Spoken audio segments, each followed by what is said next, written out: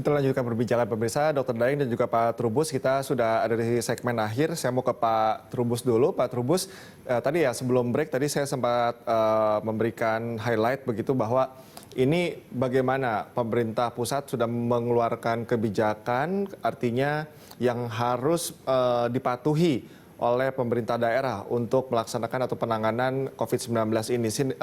Bentuk sinergi apa yang seharusnya dibangun oleh pemerintah pusat agar ini semua sejalan, tidak ada lagi yang bergerak sendiri, dan tentu kebijakan pemerintah ini juga harus berdampaknya cukup signifikan karena ini harusnya kan naik kelas nih.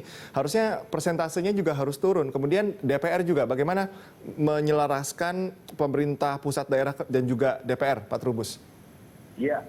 Menurut saya sih ini memang satunya cara adalah perlunya dilakukan kebijakan kolaboratif namanya. Jadi kebijakan kolaboratif itu kebijakan yang sifatnya sinergi antara pemerintah pusat, pemerintah daerah, swasta, dan masyarakat. Nah, karena itu supaya ini bisa berjalan tentu yang paling diutamakan adalah satu itu meningkatkan koordinasi antara pusat dan daerah. Jadi koordinasinya ditingkatkan karena itu supaya biar selaras gitu apa yang dilakukan, yang dimau oleh pemerintah pusat dan pemerintah daerah juga mengikuti. Tentu di situ ada aturan mainnya, artinya ada peraturan yang regulasi yang harus ditegakkan.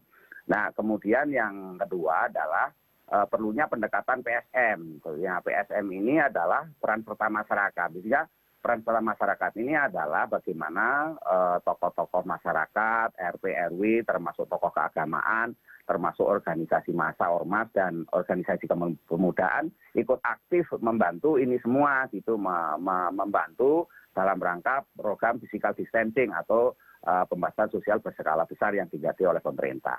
Nah, dalam hal ini tentu kemudian DPR punya peran, yaitu perannya DPR adalah mengawasi, sekaligus memberikan masukan kepada pemerintah. Tetapi perlu diingat bahwa DPR, anggota DPR itu duduk di situ, itu dipilih oleh konstituennya, oleh dapilnya, jadi daerah pemilihannya. Jadi dia duduk di situ, dia punya tanggung jawab terhadap konstituennya. Karena itu adalah kewajiban DPR juga memantau sampai ke bawah, ke dapilnya.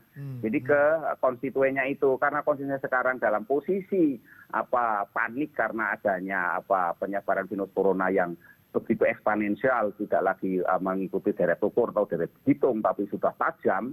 Karena itu menurut saya DPR tidak perlu lagi harus turun ke bawah. Dalam hari ini maksud saya mendorong kepada DPR agar tugas-tugasnya sebagai wakil rakyat itu dioptimalkan sehingga memberi masukan pada pemerintah. Karena ini selama ini yang kita lihat kan yang kelimpungan atau banting tulang itu eksekutif, sementara legislatifnya seolah-olah hanya duduk, malah kemudian yang terpantau itu malah mau mengadakan sidang di tengah situasi reses atau apa. Okay. Nah, inilah kemudian hal-hal ini perlu dilakukan. Sebenarnya tugas DPR dalam ini sangat banyak karena ini situasinya memang situasi yang menurut Presiden itu dalam situasi sudah mendekati genting. Karena itu dikelola kata-kata membuat kebijakan, nantinya ada kebijakan darurat sipil. Nah, oleh karena situasinya dalam kondisi genting sehingga situasi krisis lah, taruhlah dalam bahasa yang sederhana, maka kemudian peran DPR sangat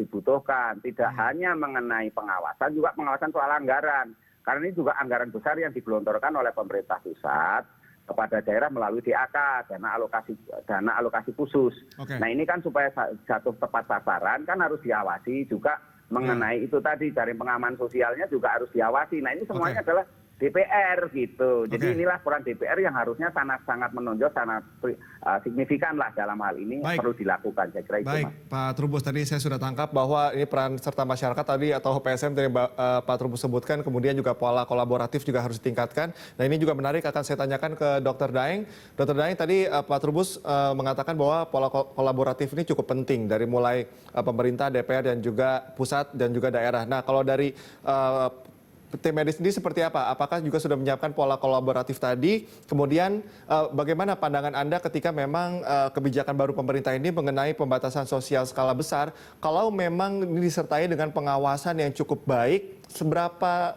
tinggi pengurangan dari penyebaran COVID-19 ini, Dr. Daeng?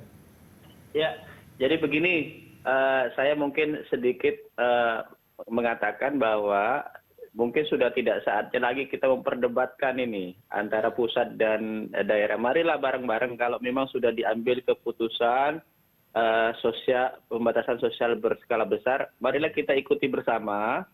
Yang penting titik tekannya tadi, ini pemberlakuan pembatasan sosial berskala besar ini harus ada pendisiplinan dan ada pengefektifan. Itu yang harus digarisbawahi. Karena apapun yang diambil, ya, diberikan sanksi atau tidak, kalau tidak didisiplinkan, ya, tidak diefektifkan, mungkin tidak akan berjalan dengan baik.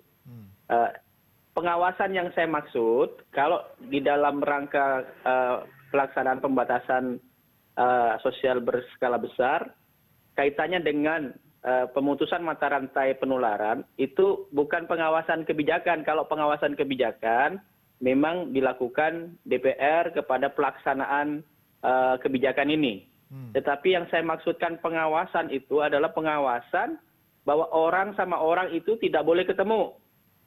Social distancing-nya yang betul-betul diawasi pelaksanaannya. Siapa itu yang mengawasi? Ada 3 pihak. Satu memang petugas kesehatan. Tapi nggak akan cukup. Harus ditambah aparat pemerintahan sampai RT RW. Harus ditambah aparat keamanan sampai Babinsa, Babin Kamtipmas. Sehingga orang-orang itu betul mentaati social distancing dalam skala besar. Kalau ini tidak diawasi, repot. Satu contoh lagi, social distancing berskala besar yang berdampak kepada pemutusan mata rantai penularan. Ini kan tadi digambarkan ada pengawasan kepada orang-orang yang melintasi kawasan tertentu, wilayah tertentu.